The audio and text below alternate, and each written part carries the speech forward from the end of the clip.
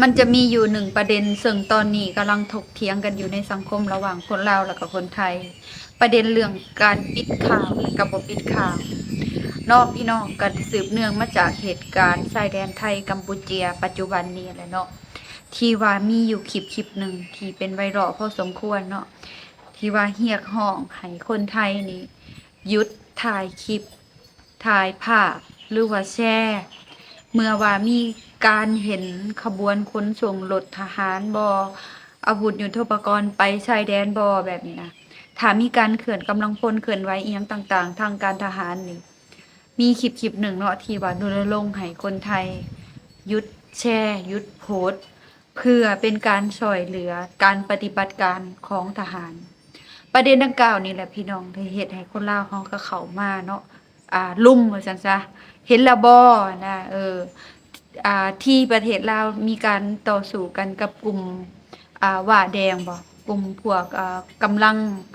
หั้นน่ะพี่น้องอยู่ภูผามนบ่แขวงบ่อแก้วนี่แต่นักข่าวไทยว่าประเทศลาวปิดหูปิดตาประชาชนอันนี้เป็นในเรื่องของคำคิดคำเห็นของคนที่เขาไปคอมเมนต์เนาะแอดมินไปอ่านมานะ บางคนก็เว้าว่าเห็นแล้วบ่อืมที่ประเทศลาวว่าปิดข่าวที่ไทยเพิ่นว่าการช่วยเหลือ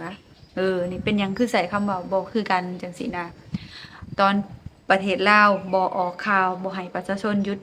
ให้ประชาชนกดไลค์กดแชร์เป็นหยังคือว่าปิดหูปิดตาประชาชนบัดตอนนี้ก็คือเฮ็ดมวยคือกันคือเฮ็ดวิธีการเดียวกันจังซี้นะคนลาวบางคนก็ว่าอ้าวเห็นแล้วบ่บัดนี้เข้าใจแล้วบ่บัดนี้เป็นหยังคนลาวเฮาคือเลือกที่จะบ่แชร์ข่าวเลือกสิบ่ลงข่าวนะถ้าให้ทุกสิ่งทุกอย่างมันสงบซะก่อนประเทศลาวจั่งสิแถลงข่าวจั่งสิออกข่าวอันนี้ก็ยังเป็นข้อผิดพลาดกันอยู่เนาะทุกคนยังเป็นการถกเถียงกันอยู่ก็คือมันบ่คือกันเนาะระหว่างลาวกับไทยนะซึ่งทุกคนก็เห็นแล้วที่ผ่านมาเนาะทุกคนเดี๋ยวแอดมินสิเว้าให้ฟังรายละเอียดเข้าไปเติมเนาะก่อนอื่นก็ต้องขออนุญาต กราบทักทายสำบายดีพ่อแม่พี่น้อง FC เบิร์ดสุขุสุคนยินดีต้อนรับเข้าสู่ช่องแอดมินน้องฟ้าเรื่องของพื้นบ้านเรื่องของเพื่อนบ้านเรื่องของชาวบ้านก็คืองานของเฮาเนาะเว้าไปตามภาษาชาวบ้านนี่แหล้วเนาะพี่น้องเนาะผู้ที่แอดก็เห็นข่าวหนึ่งอะล่ะพี่น้องอยากให้ไปฟังพร้อมๆกันเลยเนาะเดี๋ยวสิอ่านคอมเมนต์สู่ฟังแล้วก็ทัศนคติของคนเฮาต่อเรื่องนี้ไปฟังพร้อมกันเลยนะ คลิปที่ว่าคนไทยรณรงค์บ่ให้ประชาชนหยุดกดไลค์กดแชร์กดโพสต์กดหยังหั้นนะครับอย่าเป็นสายลับให้ศัตรูโดยไม่รู้ตัวเด้อช่วงนี้หลายคนอาจเห็นการเคลื่อนพลของทหารไทยในหลายพื้นที่ทั้งรถหุ้มเกราะเฮลิคอปเตอร์เข้าพื้นที่เงียบๆแล้วก็มีคนหยิบมือถือขึ้นมาถ่ายโพสต์ลงโซเชียลบางคนเขียนแคปชั่นคำๆว่าเกิดอะไรขึ้นฟังให้ดีอย่าทำแบบนั้นเด็ดขาดเพราะภาพหรือคลิปเหล่านั้นไม่ได้มีแค่คนไทยที่เห็นฝ่ายตรงข้ามก็ดูอยู่และพร้อมเก็บข้อมูลไปวิเคราะห์ทันทีการเคลื่อนพลเงียบๆของทหารมักเป็นภารกิจสำคัญอาจเป็นการซ้อมรบหรือเตรียมความพร้อมในสถานการณ์ที่ยังไม่เปิดเผยแต่ถ้าคนไทยเผลอแพร่ก็เท่ากับเราช่วยศัตรูเปิดไพ่โดยไม่รู้ตัว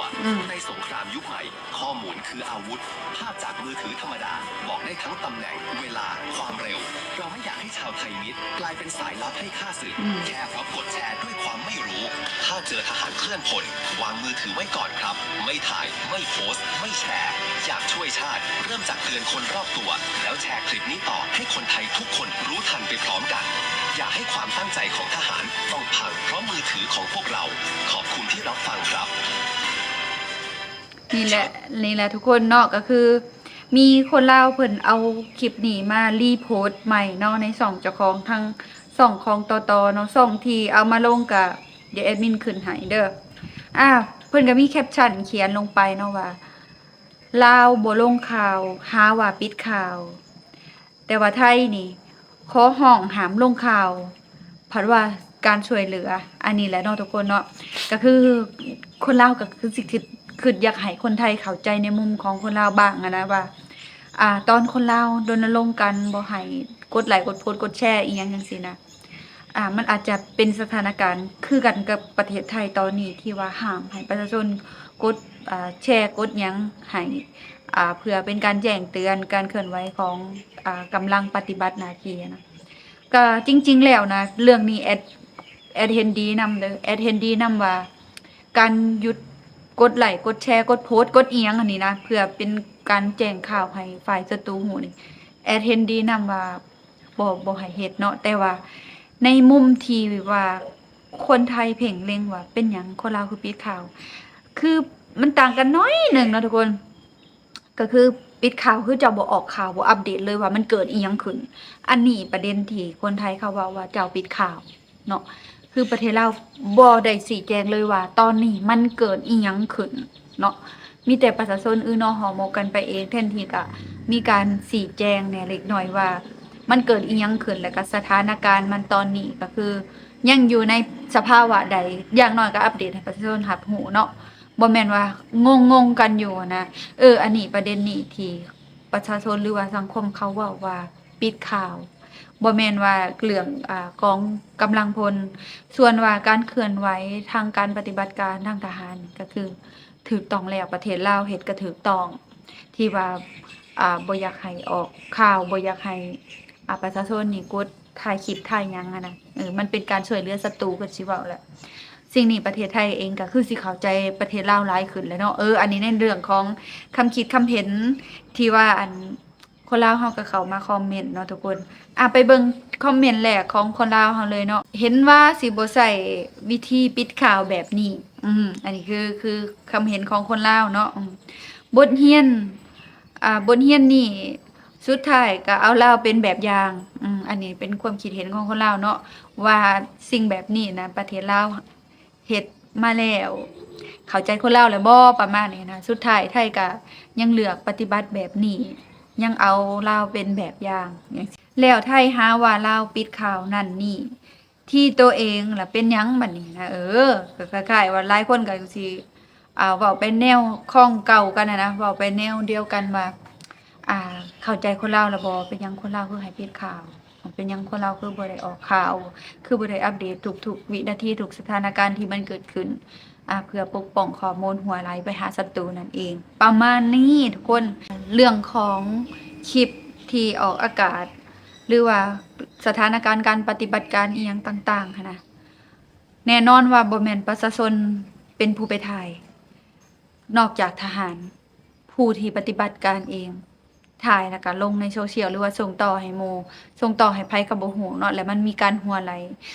ก็รั่วไหลมาจากกองกำลังเองหั่นแหละเนาะ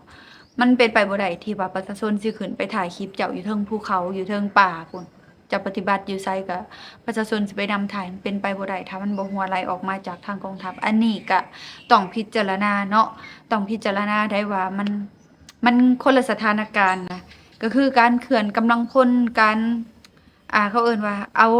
ารถถังใส่รถบรรทุกลากไปนี่มันก็สถานการณ์หนึ่ง